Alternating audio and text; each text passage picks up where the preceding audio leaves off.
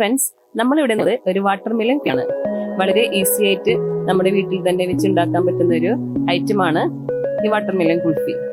അതിന് 4 ഇൻഗ്രീഡിയൻസ് ആണ് ഇതിനാകെ ആവശ്യമായിട്ടുള്ളത്.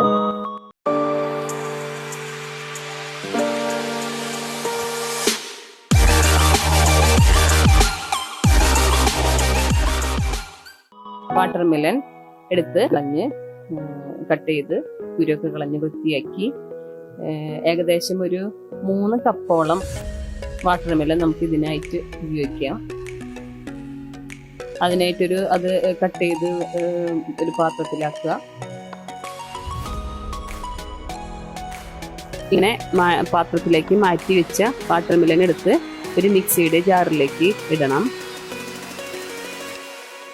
ഇനി അതിലേക്ക് ഏകദേശം ഒരു 1/2 കപ്പോളം കട്ടത്തൈര് ചേർക്കണം. അതധികം പുളി ഇല്ലാതിരിക്കുന്നതാണ് നല്ലത്. ഇനി ഇതിലേക്ക് ഏകദേശം ഒരു 3/4 കപ്പോളം പഞ്ചസാര ചേർക്കണം.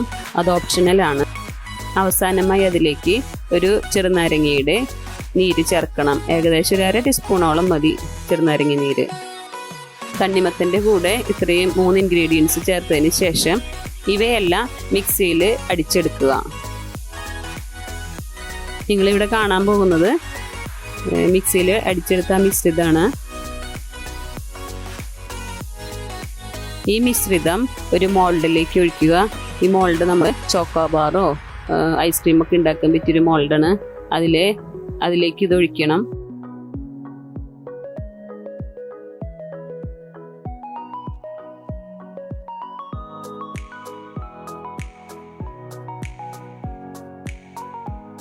ഈ മിശ്രിതം ഒഴിച്ചത് മൂടി വെച്ച് അത് ഒരു ദിവസം ഫുള്ള് ഫ്രീസറിൽ വെക്കണം. കുൽഫി എടുക്കാനായിട്ട് പാത്രത്തിൽ വെള്ളം ഒഴിച്ചിട്ട് അതിലേക്ക് ആ മോൾഡ് അങ്ങനെ ട്രേ ഇറക്കി വെക്കുക.